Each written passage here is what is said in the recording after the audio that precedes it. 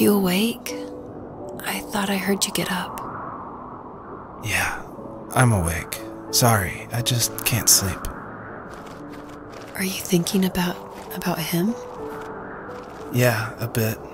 You should get back to sleep, my love. I'm fine. No, it's okay.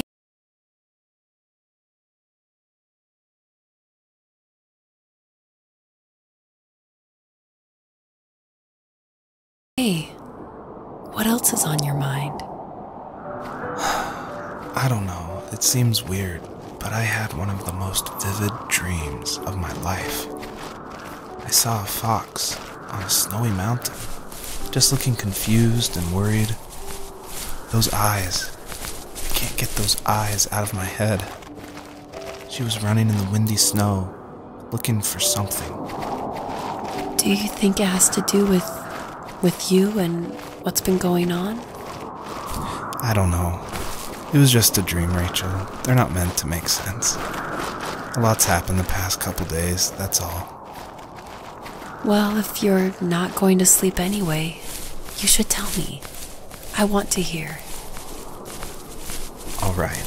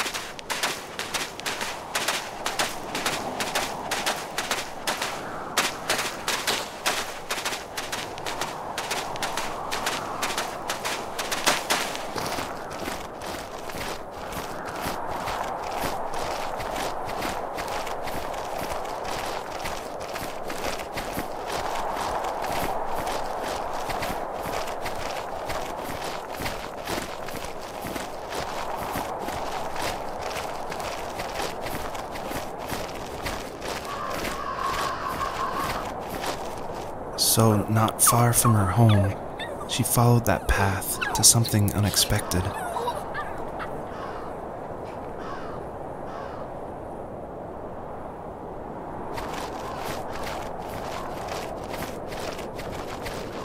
She couldn't stay, though. She had to find her other 2 children. So she took that path. She followed it towards something ancient.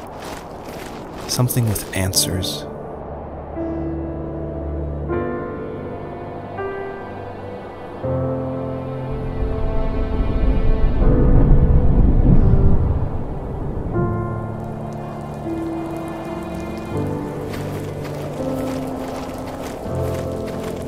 The fox looked high and low, searching for any sign of her cubs.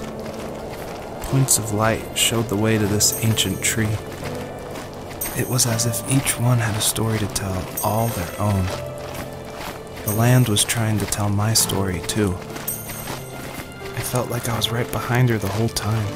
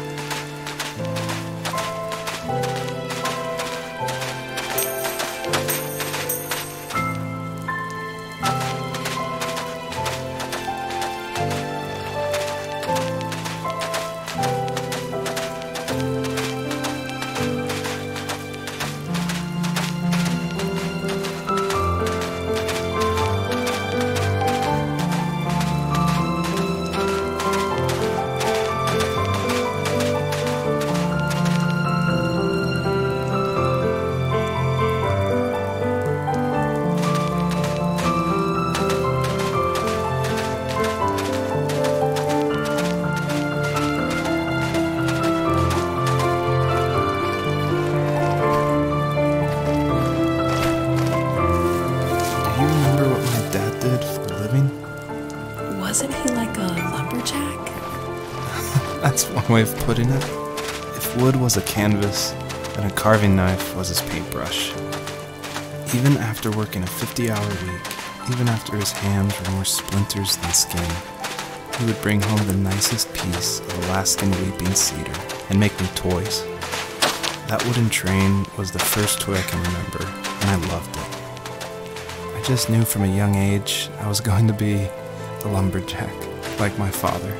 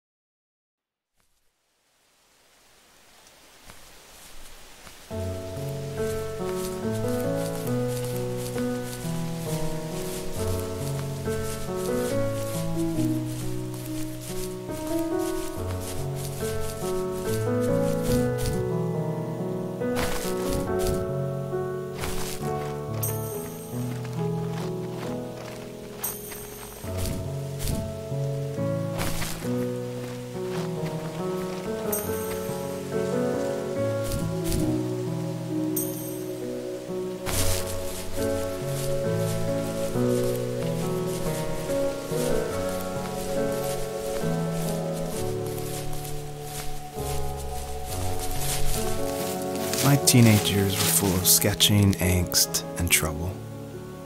I wasn't popular or unpopular. Maybe just forgettable. I guess that gave me a sense of freedom, so I hung out with crazy kids, doing crazy things, even though I mostly just watched the chaos ensue. We did it all. Put fireworks in mailboxes, hide roadkill in people's garages, break windows of the barber shop in Anchorage. My dad was furious, but he was so busy working he couldn't do much to stop me from going out. I think being an adult means there's no one to stop you making hard decisions. He had to make a living, and he couldn't be in two places at once. Yeah, I realize that now. But at the time, I was sure he was more interested in growing his business than what was going on with me.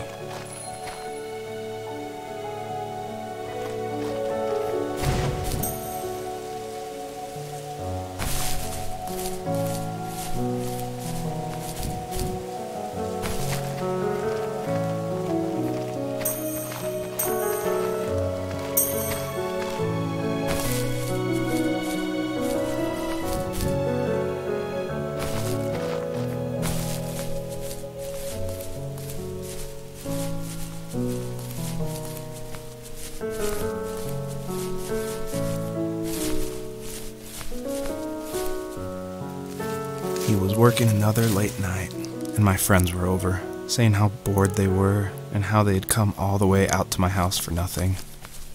One of them mentioned how that old, ugly beyond belief truck was still in the garage, and how we should take it for a spin.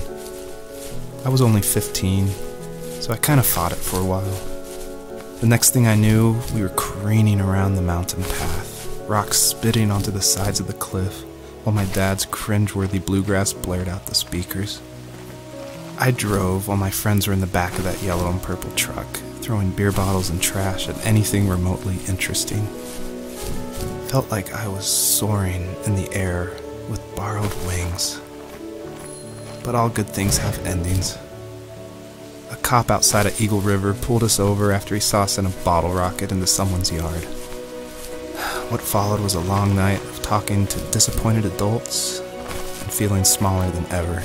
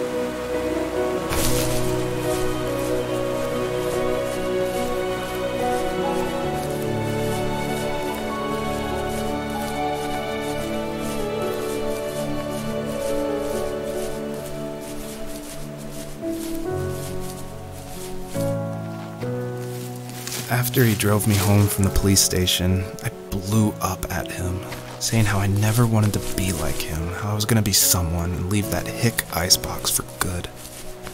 He just looked forward at the road with tired eyes. I took out that bluegrass tape from the cassette deck and chucked it out the window. In my sage teenage wisdom, I thought I had proved the ultimate point, but my dad had a different idea. He slammed the brakes, slowly bowed his head while gripping the steering wheel, and finally looked at me. All he said, like it was a polite request, was, "Make this right." I sat there in silence, fuming, but I eventually got out and combed every square inch of the woods, muttering profanity after profanity. I found it 30 minutes later, near a small waterfall off the road. I went back to the truck, put the wet tape back in, and sure enough it worked. We didn't speak another word to each other the rest of the night. Wow, I knew you were a crazy teenager, but It's hard to believe, isn't it? It surprises me too. It's like I didn't really know who that kid was back then. I bet my dad thought the same thing over and over. It's almost like he was saying, "Make this right," to himself, more than to me.